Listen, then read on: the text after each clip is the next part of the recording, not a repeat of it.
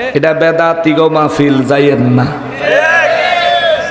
কেউ তো কারো সাহস তো বাড়তে বাড়তে এত বাড়ছে, ঈদে মিলাদুন নবী পালন করা শিরক, বেদাত, হারাম, কুফরি পর্যন্ত বলে। জোরে বলে নাউজুবিল্লাহ। আচ্ছা, এখন আপনাদের ব্রেনটা আমি একটু বিবেকের কাছে একটা কথা দিব। যারা ঈদে মিলাদুন নবী লেখাটা দেখা এই মাহফিলটার বিরোধিতা করছে, এই পোস্টারটায় ঈদে মিলাদুন নবীর জায়গায় সব ঠিক রেখা শুধু সিরাতুন নবী লাগাইয়া দিলে ওই ভদ্রলোকরা কি এই মাহফিলের বিরোধিতা করত? কথা কর, করত? সব ঠিক, কিচ্ছু পরিবর্তন হয়? কথা কর না।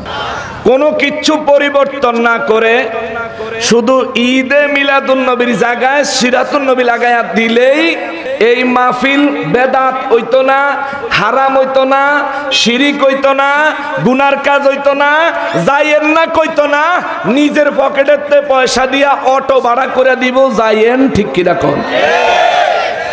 তো আমার ভাই, ওই মানে সব ঠিক রাখলে আপনার কোনো অসুবিধা নাই। মিলাদুন নবীর জায়গা সিরাতুন নবী হইলেই কোনো অসুবিধা নাই ভাই। সিরাতুন নবীর ব্যানারে যেই কাজ হালাল, মিলাদুন নবীর ব্যানারে ওই কাজ ডাবল হালাল। হুজুর কেমনে? সিরাতুন নবীর অর্থ হচ্ছে নবীর জিন্দেগানি, জীবনী মোবারক। মিলাদুন নবী হলো নবীজির জন্ম, আগমন মোবারক। যেই লোকের জন্মই হয় নাই ওই লোকের জীবনী হইতে পারে?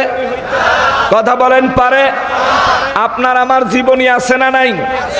হোক ভালো হোক মন্দ, আমাদের জীবনী আছে না নাই? কিন্তু আমাদের জীবনী আগে না জন্ম আগে? কথা বলেন, জীবনী আগে না জন্ম আগে? এই জন্মরে আরবিতে কয় মিলাদ, ইংরেজিতে বলে বার্থ। জন্ম নিবন্ধন সার্টিফিকেট যারা ইংরেজিতে করছেন দেখবেন উপরে লেখা থাকে birth certificate, BIRTH, birth certificate লেখা থাকে। বাংলার জন্ম আপনার ভালো লাগে, ইংরেজির বার্থ সার্টিফিকেট, আপনার জন্মদিনের সার্টিফিকেট সরকারের ঘরের থেকে নিতে ভালো লাগে। আরবিতে মিলাদ আপনার ক্ষেত্রে কইলে ভালো লাগে, নবীর ক্ষেত্রে কইলে সুকা লাগে। বুঝছি আপনার ইমানে জন্ডিস হয়েছে। নবীর জীবনী ভালো লাগে, নবীর মিলাদ ভালো লাগে না, এর মানেটা কি? নবীর অস্তিত্ব মানি না কিন্তু জীবনী মানি। এটা পাগলামি না বাবা? পাগলামি না? এটা বাস্তব কথা আপনাদের বিবেকে দিলাম। এবার আয়ান কোরআন শরীফ। সিরাতুন নবীর ব্যানার হোক, মিলাদুন নবীর ব্যানার হোক, কোরআনের মজলিস, সুন্নাহর মজলিস, উলামায়ে কেরামের মজলিস, ওয়াজ নসিহতের মজলিস, নেক কাজের মজলিস। নেক কাজের পক্ষপাতিত্ব করবে ঈমানদার, বিরোধিতা করবে শয়তানের দোসর বেঈমান। আপনি যদি ঈমানদার হন আপনাকে মানতে হবে। মিলাদুন নবীর ব্যানার লাগাইছে, তাতে কি হইছে? আপনি মাথার ঠাড়া পড়লো কা? মিলাদুন নবীর ব্যানার হইলো এখানে কোরআন সুন্নাহর কথা হবে, সিরাতুন নবীর ব্যানার হইলো তো কোরআন সুন্নাহর কথাই হবে। তো আপনারটা হইলে ঠিক, আরেকজনেরটা হইলে ঠিক নাই। এইরকম স্বার্থপর ইসলামের ক্ষেত্রে হইয়েন না, আল্লাহ একটা কিক দিয়ে ইসলামেতে বাইর করে দিব। এখন ওনাদের কিছু প্রশ্নের উত্তর দেই, আপনাদের কষ্ট হবে। নরসিংদী কিছু জায়গা আছে মাহফিলে গেলে পরে বাহাসের প্রস্তাব দেয়। বেলাবো আসছিলাম গত বছর, সেখানেও মাহফিল শেষে বাহাসের প্রস্তাব দিলে আমি গ্রহণ করলাম। এলাকার মসজিদের খতিব সাহেব প্রস্তাব দিয়া একবারে ভিডিও করে ফেসবুকে ইন্টারনেটে দিল। আমি আমার মাহফিল কমিটির সাথে যোগাযোগ করে বললাম ওনাকে নীতিমালা অনুযায়ী নিয়ম মাফিক বাহাসে বসবেন, এই জন্য ওনার কাছে প্রস্তাব রাখেন। প্রস্তাব রাখা হইল, জুমার মসজিদও হুজুরের দাঁড়ায়া বক্তব্য দিল। আমি দরকার লাগলে চাকরি ছেড়ে দিব, তবু আমি বাহাস করতে পারতাম না। তো ভাই যেটা পারতেন না এটা বলেন কেন? এরকম হয়। ইতিপূর্বেও মিডিয়ার উসিলায়, মিডিয়ার মাধ্যমে আমরা দেখেছি নরসিংদীতে বিভিন্ন জায়গায় বাহাসের আয়োজন হয়েছে। আমাদের সুন্নি ওলামায়ে কেরাম উল্লেখযোগ্য মুফতি আলাউদ্দিন জিহাদি, উসমান গনি সালেহি সহকারে আরো অনেক ওলামায়ে কেরাম বাহাসে এসে উপস্থিত হয়েছেন, কিন্তু চান্দুগড়ে পাওয়া যায়। আচ্ছা, তবুও আমরা আপনাদেরকে বাঁকা নজরে দেখি না ভাই। মিলাদুন নবীর বিরুদ্ধে আপনি কথা বলেন, মিলাদুন নবী মানলে শিরিক হইব। আরে ভাই, কেমনে তো কমবখ্ত হইলেন?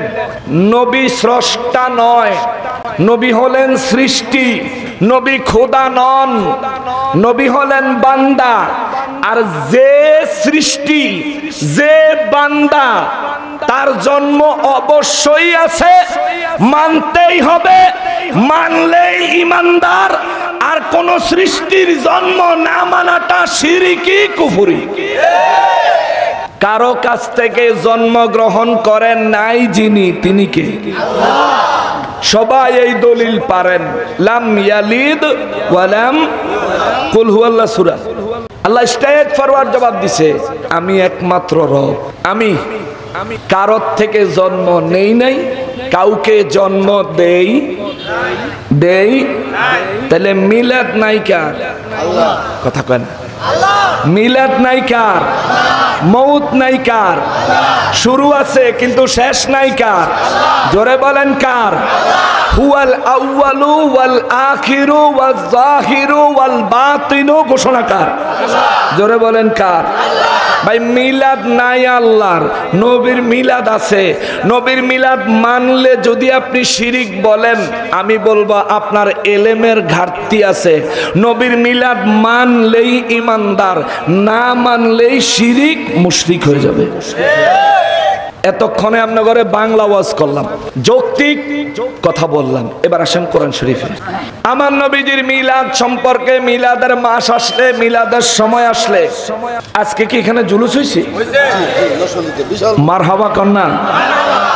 আপনারা জুলুসে কেউ নবীরে সালাম দিছেন, কেউ নবীজির স্লোগান দিছেন, কেউ নাতে রসুলে কইছেন নূর নবী এসেছে। কথা বলেন ঠিক কিনা?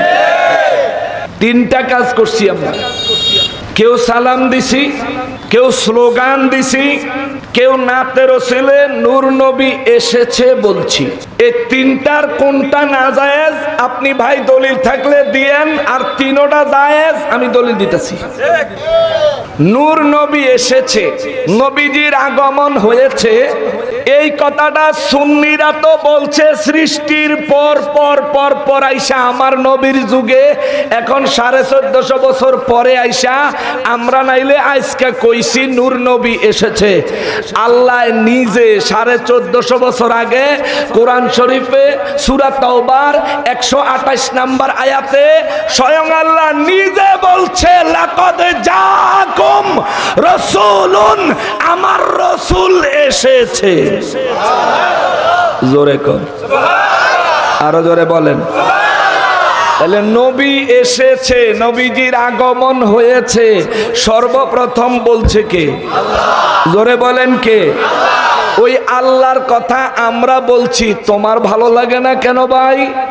না না, চল আপনি বল, একটু নড়াচড়া করবেন না। আজকে যে ওয়াজটা হবে এটা আমলের নয়, ইমানের ওয়াজ হবে। যদি চাকরি থাকে ডিউটি কম করেন, বেশি করেন, বেতন পাইবেন। যদি চাকরি না থাকে সারা মাস ডিউটি করলেও বেতন মিলবো। যদি ইমান থাকে অল্প আমল করলেও কিয়ামতের ময়দানে যায় দেখবেন কিছু করছেন, কিছু করেন নাই।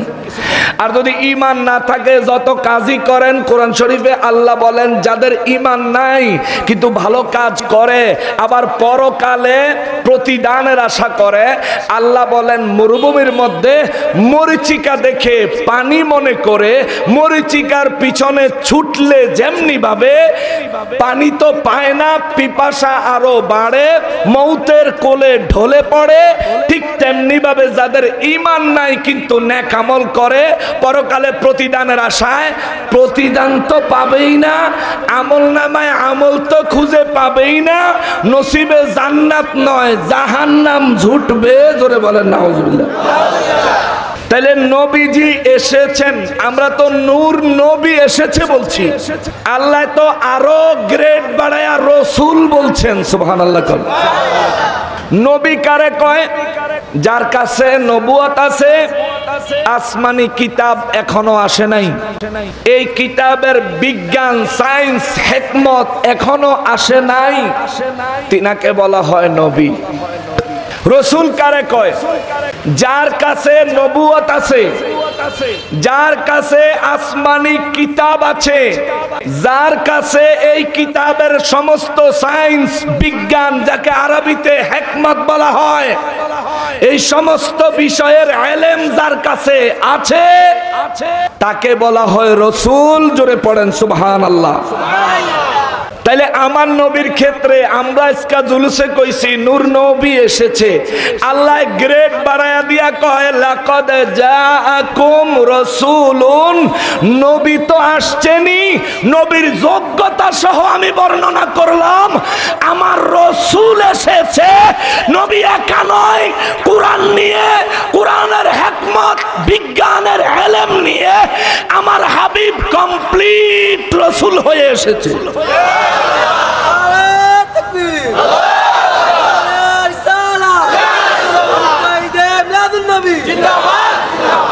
কষ্ট পাচ্ছেন আপনারা? প্রথমে বলে নিছি, আপনাদেরকে খুশি করার মতন কথা আমি বলতে পারবো না। আল্লাহর কোরআন থেকে বলবো, যদি আপনি ইমানদার হন এমনি খুশি হয়ে যাবেন। ঠিক কিনা বলেন? আমি আপনারে ফার্ম দিয়া খুশি করন লাগতো না। আমি কোনো নির্বাচনও খারাপ না যে আপনার আমি ফার্ম দিব। কোরআন শরীফ থেকে বলছি, শোনেন, সূরা তাওবা 128 নম্বর আয়াত। এখানে আল্লাহ সরাসরি বললেন লাকাদ জাআকুম, আমার হাবিব অবশ্যই অবশ্যই আগমন করেছেন। নবীজিকে পাঠাইছেন কে?